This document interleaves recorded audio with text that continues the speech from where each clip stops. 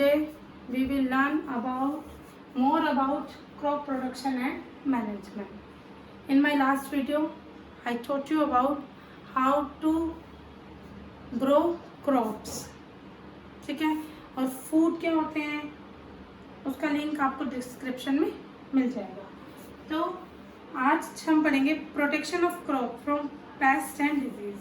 Crops को हम paste और डिजीज से कैसे बचा सकते हैं.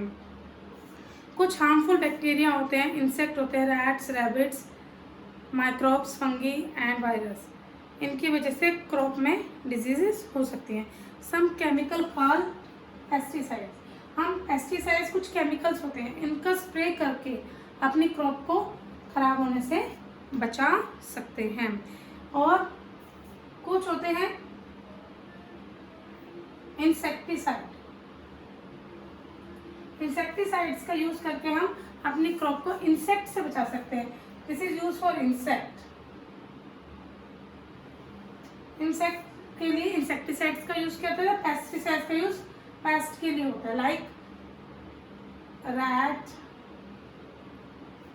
बर्ड,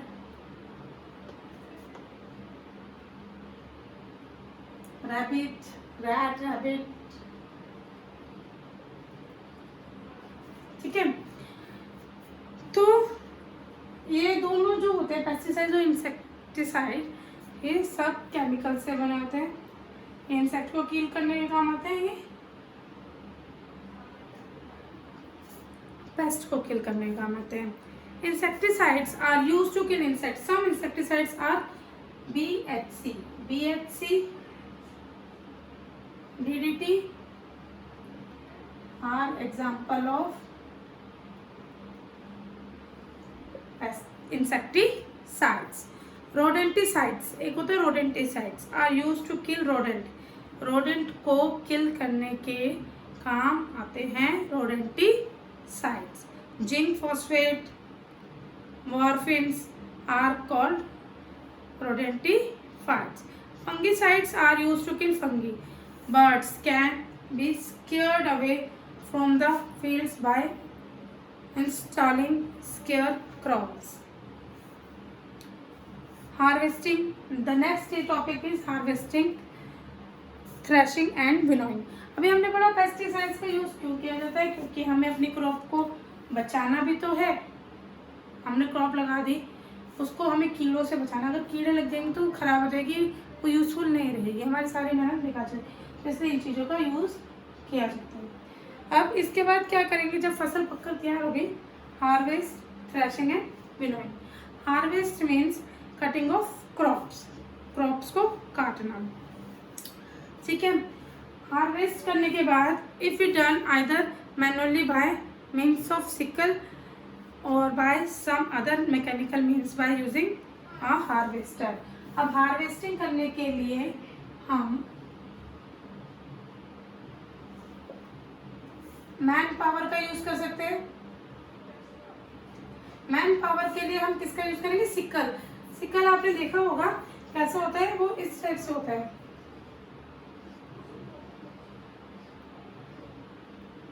ठीक है, तो इससे हम कटिंग कर सकते हैं अपनी क्रॉप को.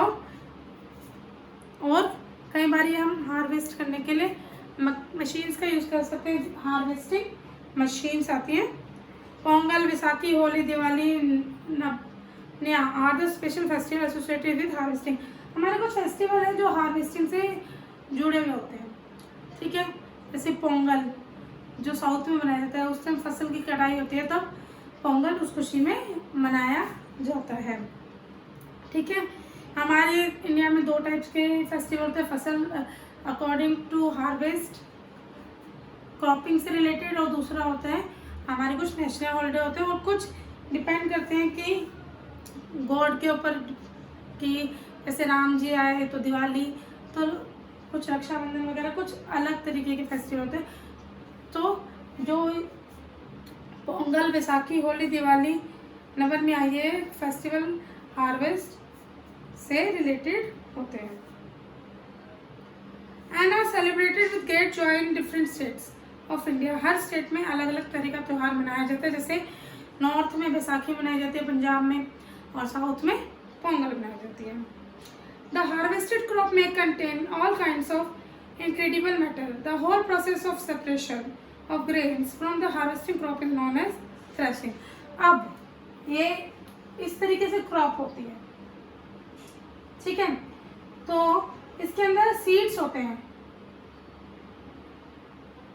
अब क्रॉप में से सीड्स को रिमूव करना यानी ग्रेन्स को निकालना क्या कहलाता है? थ्रैशिंग, ठीक है। Threshing can be done manually by beating of crop. कई बार इनको पटक पटक के बीट कर करके हम ग्रेन्स को निकाल सकते हैं, सेपरेट कर सकते हैं, मगर इसमें बहुत ज़्यादा मैन पावर का यूज़ होता है। मगर अब थ्रेशर मशीनें आ गई हैं तो हम थ्रेशर मशीनों से इजीली क्रॉप से ग्रेन्स को अलग कर सकते हैं। और अ मशीन कॉल्ड कंबाइन, जो थ्रेशिंग में मशीन यूज होती है उसको क्या बोलते हैं? कंबाइन, ठीक है। 1 मार्क्स में क्वेश्चन पूछ सकते हैं। What is the name of machine which is use in threshing? तो the name is combine machine. The process of separating the grains from the chaff with the help of wind is called winnowing।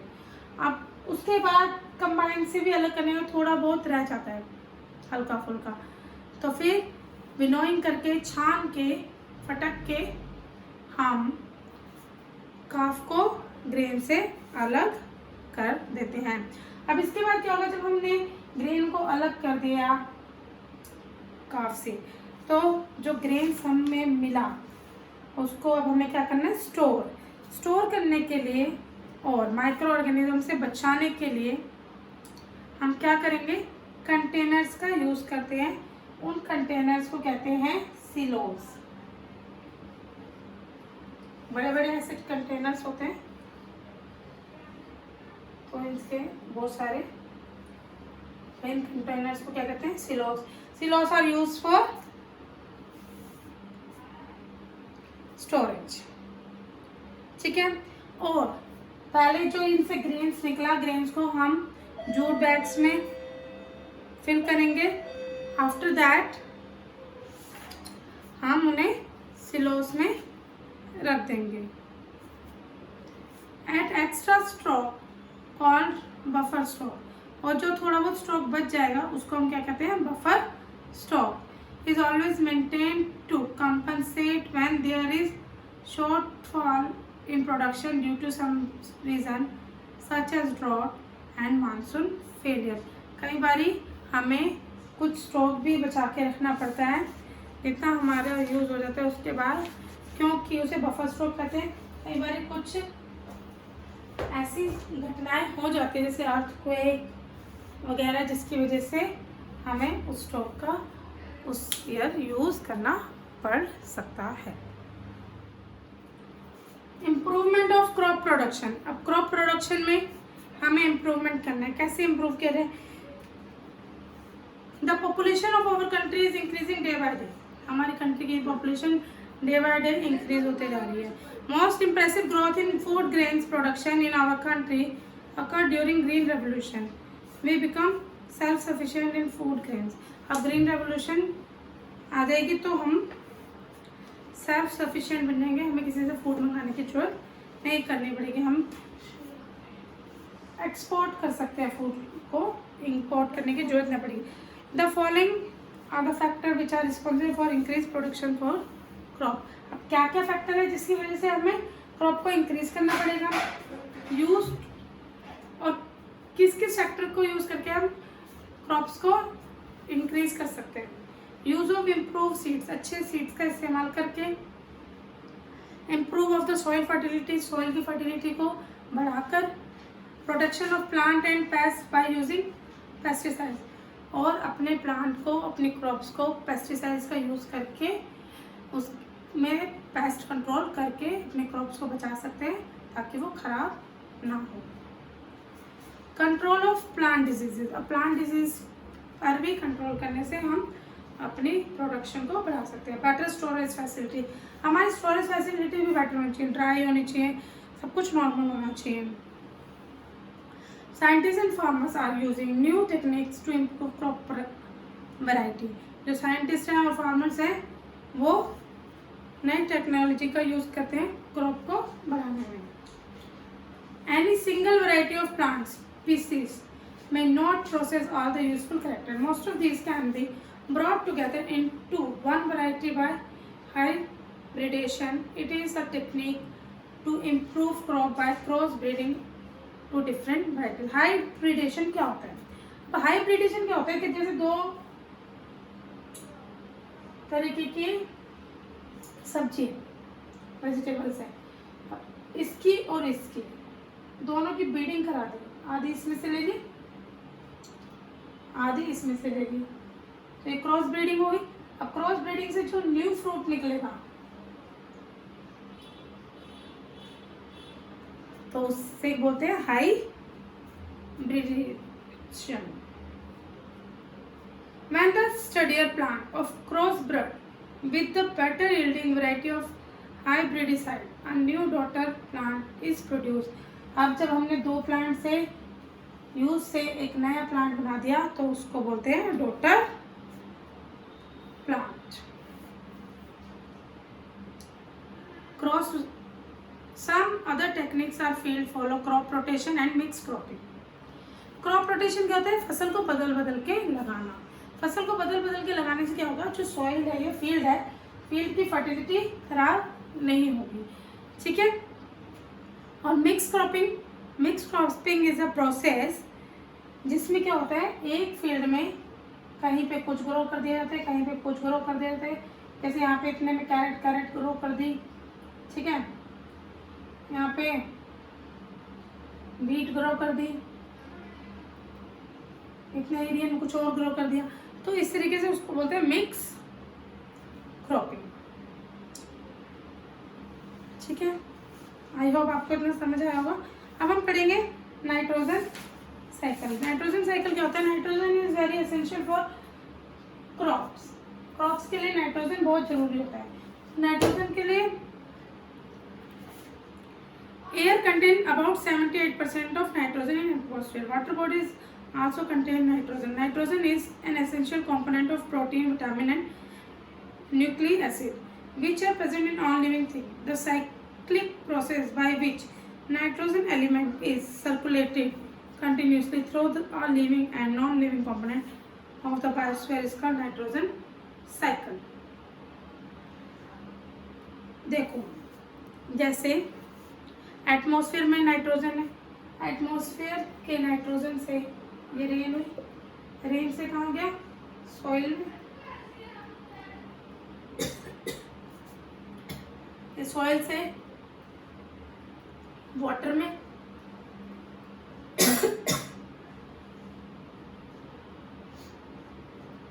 और soil से tree में भी गया. ठीक है. अब यहाँ से ये इवेपोरेट होकर एयर में गया सन की वजह से. तो this is called nitrogen cycle.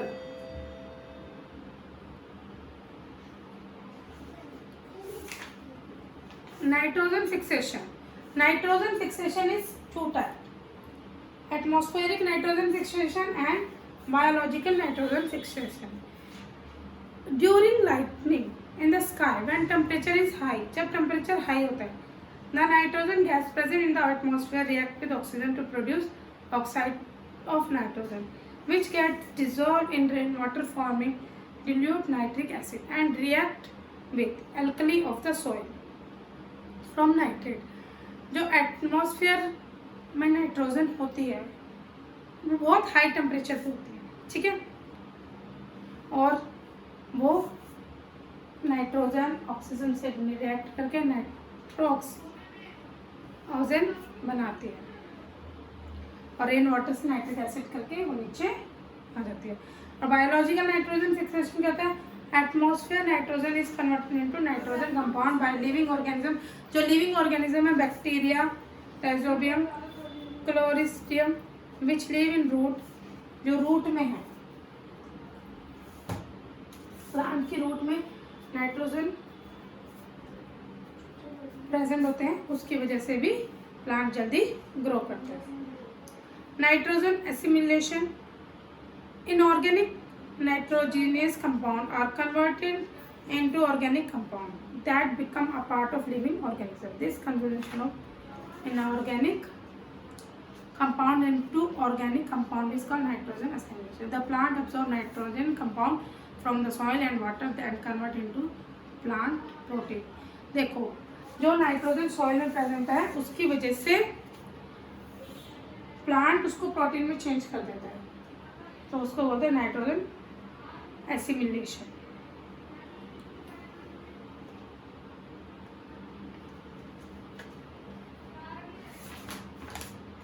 Now next topic is food from animal. We get food from animal like milk, eggs, etc. flesh. This is called food we get from animal. जो food हमें animal से मिलता है, all domesticated animal use by man are called livestock. जो भी animal use किए जाते हैं लोगों के द्वारा उसे लाइवस्टॉक कहते हैं. Breeding, feeding, breeding, heading and caring, this is called animal husbandry. Animal husbandry पशुपालन क्या होता है? पशु को प्रोसेस करना, प्रोड्यूस करना, ठीक है, फिर उनको फीड करवाना. Breeding means the method of producing animal with desire characteristic. हम अपने एनिमल को उस तरीके का बनाते हैं जिस तरीके से हम उन्हें चाहते हैं, ठीक है, वो ब्रीडिंग कहलाता है. Feeding, animal have to be fed with balance diet. Animal को भी एक बैलेंस डाइट दी जाती है जिस हिसाब से उनसे हमें काम कराना होता है. Breeding, the elimination of harmful and undesirable characteristic for next generation. उनके अंदर से हार्मफुल चीज़ों को हटाया जाता है ताकि नेक्स्ट जनरेशन और ज़्यादा अच्छी हो, जैसे कि उनकी डिजीजेज वगैरह के लिए प्रोटेक्शन दी जाती है. Heading and caring, the proper care and management of animal. Animal को भी एक प्रॉपर केयर की जरूरत होती है, ठीक है. Cattle, cow, buffalo, bullock are known as cattle. ये सब कैटल होते हैं. इनका यूज़ मिल्क के लिए किया जाता है. बुलक का यूज़ फील्ड में किया जाता है. काउ डंग भी मेन्योर का एक साधन है, ठीक है. Next is poultry. Poultry farming of rearing of poultry bird like hen, chicken is done in poultry farms. Birds को मीट के लिए और एग्स के लिए हम पालते हैं. Hen start laying egg at the age of 6 month. 6 महीने की उम्र में हैन एग देने लग जाती है.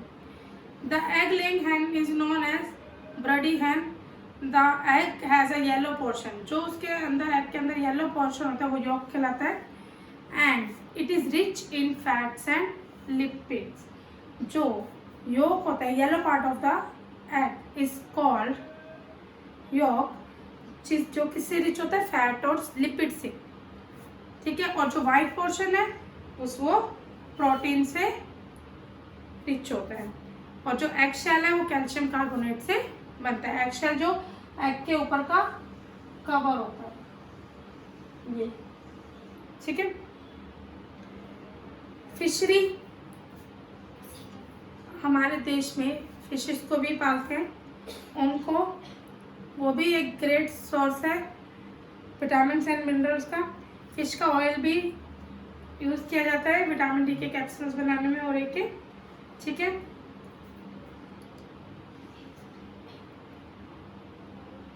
हनी बीज, हनी को पालना. हनी से भी हमें फूड प्रोडक्ट मिलते हैं लाइक वैक्स एंड हनी, ठीक है. तो हनी हमारे लिए, रेयरिंग ऑफ हनी बीज इज कॉल्ड हॉट एपीरीज कल्चर, ठीक है. हनी को पालना एपीकल्चर कहलाता है और जो हनी को पालते हैं वो एपीरीज कहलाते हैं. हनी का यूज़ ड्रग मेकिंग में आता है, आयुर्वेदिक ड्रग्स में. एंटीसेप्टिक है और ऑर्नामेंट है. डाइजेशन में इस हनी का बहुत बड़ा रोल है। Making cosmetic, ointment, candles etcetera इसमें यूज होता है वैक्स का। तो इस तरीके से animal and plant both are useful for us. So the chapter is over, we will stop here. I will meet you with my new chapter in my next class. Okay, thank you.